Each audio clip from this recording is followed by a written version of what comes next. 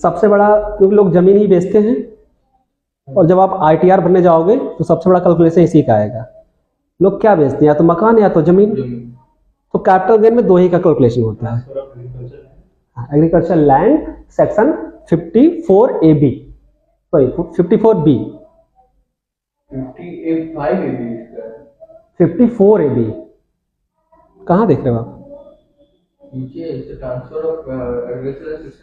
Transfer of agriculture land section 54B।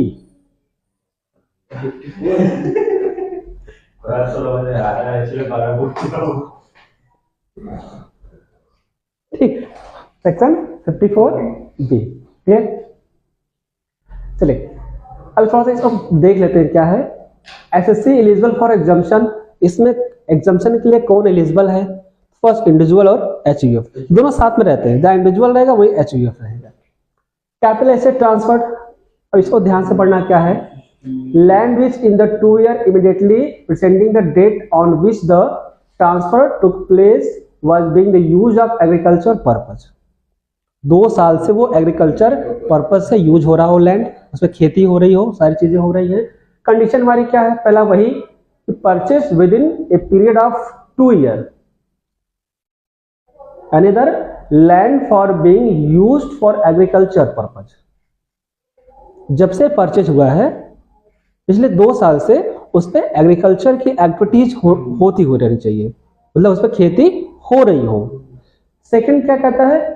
वही deposit capital gain deposit account before due date of ITR। तो हमारा जो condition वो यही है कि वो लैंड, वो एग्रीकल्चर लैंड जिसपे खेती अगले 2 साल से हो रही है, उस पे आप एग्जाम्पशन ले सकते हैं, बस और कुछ भी नहीं है।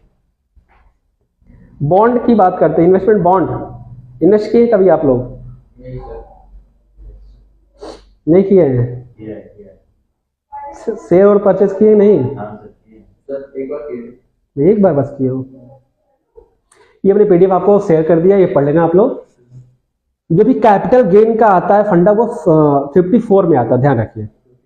सेक्शन 54 में कैपिटल गेन की बात होती है, और वो अलग अलग सेक्शन है जहां जहां से चीजें 54A 54B C D E अलग अलग चीजें हैं। ठीक है, ये हमारा पेज है section 54, section 54B, section 54EC, section 54EE, section 54F।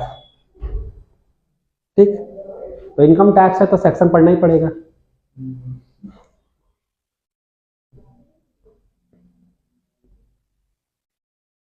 ये लिख लीजिए, नहीं तो आप भूल जाएंगे।